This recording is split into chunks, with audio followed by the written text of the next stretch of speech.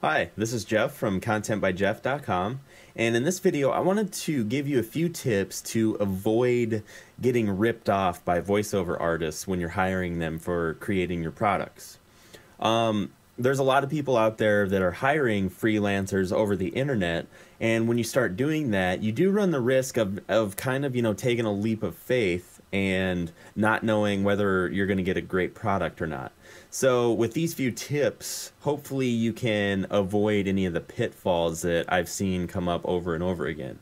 The first one would obviously be to find their website, or if they're working off of a freelance site like Elance, overlook their profile, look at their portfolio, listen very carefully to all the samples they have, any feedback they have. That's very important. Look at all the feedback, look at what people are saying about them, and then send them a message and just see what kind of interaction you have with them. Because chances are, if they get back to you right away, if they're very helpful and customer service oriented, that's how they're gonna, conduct themselves as you guys work together.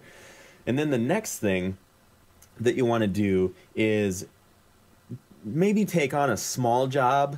If you have a lot of work that you need to have done, maybe just take like a chunk of it and just hire that voiceover artist to do that first chunk of it to see how it goes. And then if it goes well, then you can surprise that voiceover artist with, wow, I have all this work for you to do.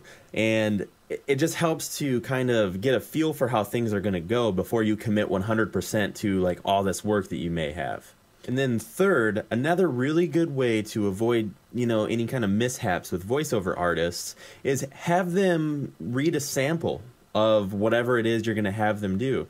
And I mean, it doesn't need to be like pages long, but have them do like a 30-second sample or a minute sample, just so you can kind of see if their voice is going to be a fit.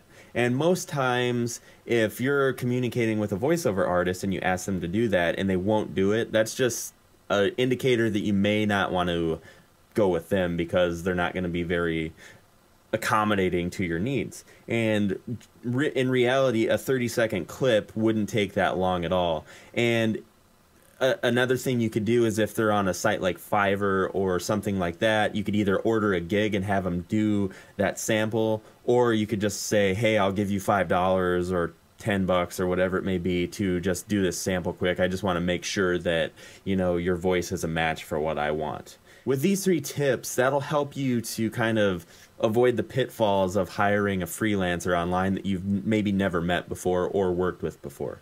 If you'd like to see samples of stuff that I talk about in my videos, if you have any questions for me, please feel free to visit www.contentbyjeff.com.